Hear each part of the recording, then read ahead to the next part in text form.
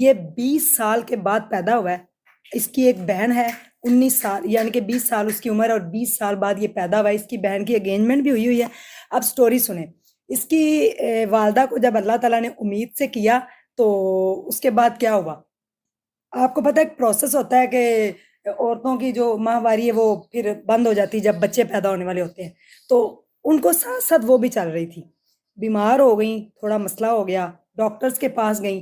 Doctors کو سمجھ نہیں آ رہی. ان کی بیٹی ہمارے سلائی اسکول میں سلائی سیکھتی تھی، اور وہ دعا کروانے آئی پچھلے سال کہ میری امی کے لیے دعا کریں، میری امی کی بیماری کا پتہ نہیں چل رہا. یعنی کہ امی بہت زیادہ بیمار ہو چکی ہیں اور ڈاکٹرز کو ان کی بیماری کا پتہ نہیں چل رہا. ڈاکٹر ان کو دماغ کی میڈیسن دے رہے ہیں، پھر ان کو کہہ رہے ہیں کہ آپ کے خون میں انفیکشن ہے، پھر ان کو کہہ رہے ہیں آپ کے خون میں چربی ہے جس کی وجہ سے جو ہے نا آپ بیمار ہیں. بڑی دوائیاں کھلائیں، کوئی فرق نہیں پڑا. اور الٹرا ساؤنڈ اس لیے نہیں کروائی کیونکہ وہ ساتھ ساتھ پروسیس جو تھا ماہواری کا وہ بھی چل رہا تھا، تو اس لیے ان کا دھیان اس طرف گیا ہی نہیں کہ یہ بھی مسئلہ ہو سکتا ہے. 6 ماہ گزر گئے اس بات کو. 6 ماہ گزر جانے کے بعد وہ میدے میں تکلیف زیادہ بڑھ گئی تو ڈاکٹر کے پاس گئی. ڈاکٹر نے کہا جی جو آپ کا میدا ہے نا اس کی ایک الٹرا ساؤنڈ کروائیں. اچھا، یہ چھوٹا بچہ ہنستا ہے دیکھیں کتنا ہنس رہا ہے، کتنا تیز ہے. اس کا نام محمد ارحم ہے جناب. تو اس کے بعد جناب اس کی نا مما کی الٹرا ساؤنڈ ہوئی. ٹھیک ہے، اب اس کی مما ابھی آئی ہوئی ہیں باہر، وہ شاید تھوڑا سا کیمرے کے سامنے نہیں آتی، مجھے انہوں نے بتایا. کہہ رہی جب اس کی الٹرا ساؤنڈ کی نا میری تو انہوں نے کہا آپ کے 24 ویکس گزر چکے ہیں، یعنی کہ 6 ماہ گزر چکے ہیں.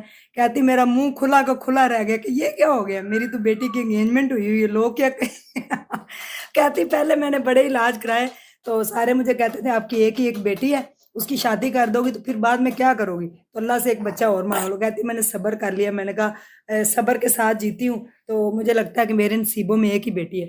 یہ پھر محمد ارحم صاحب 20 سال بعد آئے ہیں ماشاءاللہ.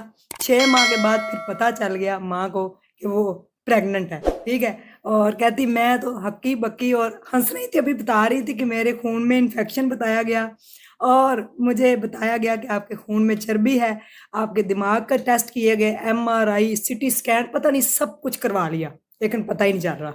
بعد میں یعنی کہ اللہ تعالیٰ کے راز ہیں. رب سونا جب چاہے اپنے راز چھپا لے جس سے مرضی. 6 ماہ تک ماں کو پتہ نہیں چلا. یعنی کہ حالانکہ دیکھیں کہ پیٹ بھی دیکھیں تو عورتوں کے نمایاں ہونا شروع ہو جاتے ہیں، لیکن وہ کہتی مجھے جب کوئی فیلنگ میں اندر ہوتی نا تو میں کہتی پتہ نہیں مجھے گیس ہے پیٹ میں، یہ کیا مسئلہ ہے، گیس ہو رہی ہے تو یہ ہو رہا تھا، گیس نہیں ہو رہی تھی.